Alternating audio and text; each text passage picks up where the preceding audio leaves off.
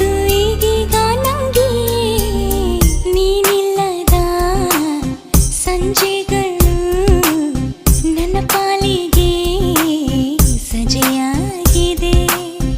ನಿನ್ನ ಜೊತೆ ಇರುವ ದಿನ ಗಡಿಯಾರಕ್ಕೆ ರಜೆ ನೀಡಿದೆ.